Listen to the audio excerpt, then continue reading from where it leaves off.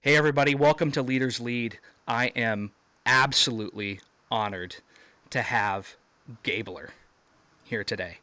Gabler, Glad to like, be here. dude, season 43, Survivor, camoed up on Leaders Lead today, man. I can't, pinch me. I can't believe this is real.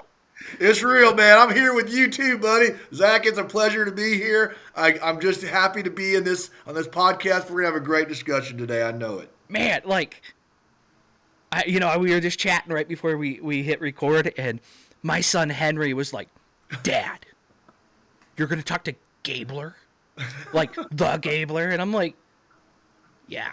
And he's like, do you know that he was the only person ever not to get voted on and have his name thrown in? I'm like, and so, man, I'm a huge fan of Oh, you. thank you.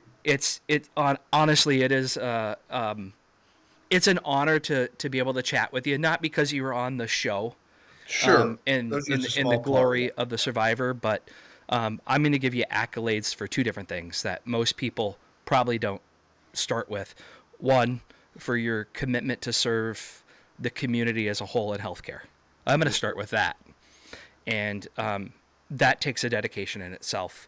You got over 20 years in healthcare, and I like hats off to you, because that in itself is a testament to the character who you are. And two, I'm going to start by saying you've done something that no one else has ever done, and most people wouldn't even know how to think about doing. You donated your entire prize basket to Entire something million I'm bucks. I'm passionate as hell about, and that's veterans. And you donated $1 million, man. So kudos to you. And without further ado, the mic and the space is yours to introduce yourself, Mike. Oh well, thank you so much, Zach. Pleasure to be here, and it's been an incredible journey. I'm 53 years old. I'm originally from Texas. Live up here in Idaho now. Been working in the healthcare space for over 20 years. Was proud father of two daughters. Been married for about over 25 years. Well, yeah, 26 years now, and just having a lot of fun. The older I get, the more fun I seem to have, and part of that was winning Survivor season 43 a couple years ago, and just having a lot of fun with that. And then, yes, like you said, my wife and I decided to, before the game started, even with a veteran buddy of ours, we had been talking, and we're like, what happens if you get to the end and you win? Not that you're going to win, because your good buddies are going to chide you, of course, along the way, and say you won't get there. But if you do, what are you going to do? And we just thought about it, and we're really blessed. I mean, I've had a career for 20 plus years. I mean, I do have two kids in college, house payment. I could use money. Everybody can use money, but to think about doing something bigger than yourself was really important. And it also helped propel me through the game when I was going through hardship, to channel our heroes and to think about what they went through. I was volunteering to be on a game, and they were playing. They were in real life, and battlefields across the world, and being able to channel that power really gave me a little bit of an edge. And then, of course, to be able to do something bigger than yourself, and to give that money away to a patient population I care deeply about, you care deeply about, which is veterans. The 1% of our population protects the 99% of us, and it's our job to do a better job making sure our veterans come all the way back home. And while I never had the honor of serving in the military myself, it was my honor to serve those who served us, and to be able to take that $1 million and to do something good with it. And it is doing a lot of good. The last of the $1 million got donated last month, so 100% donated in, and it was a powerful experience to be able to meet some of the incredible organizations that we got to know through that giving experience, and then to hear back from some letters and get some videos of some of the veterans and their families that money is helping, is a real blessing. Man, I I can't even just, on behalf of everyone that's going to listen to this, I mean, I got a new camera from Dell, and I just name dropped Dell because I'm excited about it. But it's like this ultra high def thing. You might actually be able to see the goosebumps on my arm I just got. and it just went out of focus, but it's back in. Man, it's amazing. I had my first give back actual moment, and it had to do with Jay Leno. Oh, wow. Tell me. And when I came home from Iraq, Best Buy sent me to an all exclusive NASCAR event, Wow, and yeah. I got to go, and it happened to be the weekend that Richard Petty got inducted into the NASCAR Hall of Fame. Wow. Like, talk about an experience of beyond experiences, and I'm like super blessed. And I have a podcast that will talk about this that you'll be sequentially after it when it posts. And it was amazing because after it happened, Paul called me, the guy that was running the NASCAR relationship. And he said, "Hey, Zach, I got more tickets for you. I want to give to you." And I'm like, that's awesome. And like everything, the selfish matters, like, let me have them.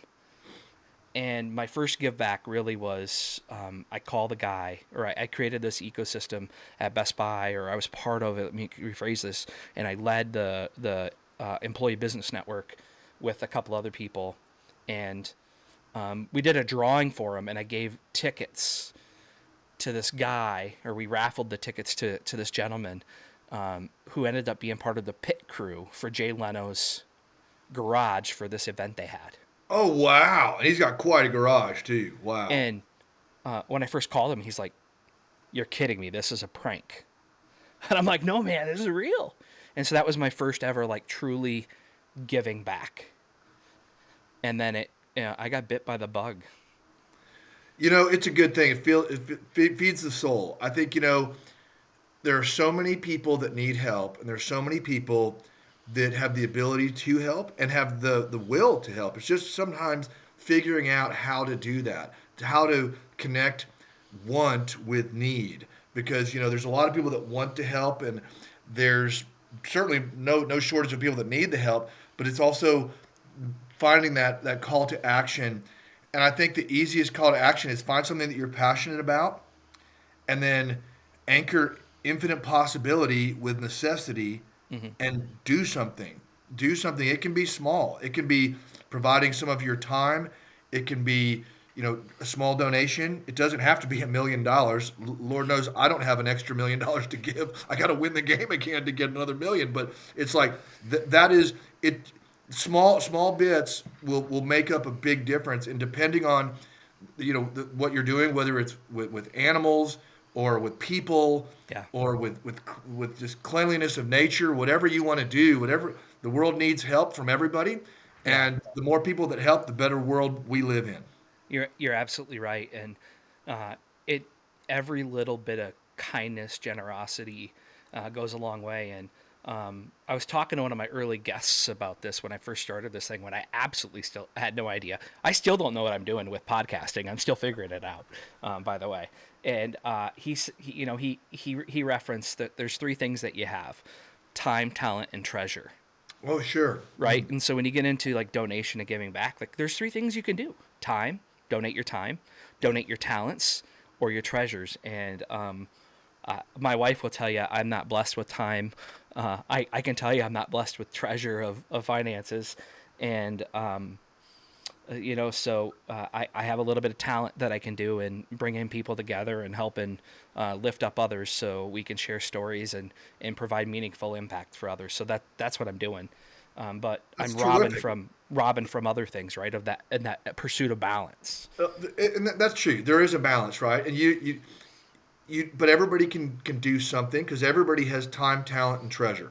There are Yes. variables of the quantity of those, Yep. but we all have our own talents. We talk a lot about leadership, and I've been managing teams for over 20 years now, and we hire a pretty diverse group, not for any other. We hire the best people always, but we end up with a kind of an odd group of people. Like if you put us all in a room, you got me, who's way odd already, right? So I'm standing there. I've got a lot of tattoos. I got a beard. I'm an unusual character to work in the operating room, but that's me.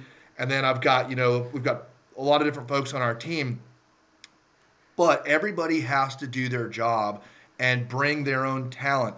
And I think what's amazing is the teams that I lead, and I've been doing it for a long time now. Everybody's got a superpower. Yeah. Everybody has a superpower.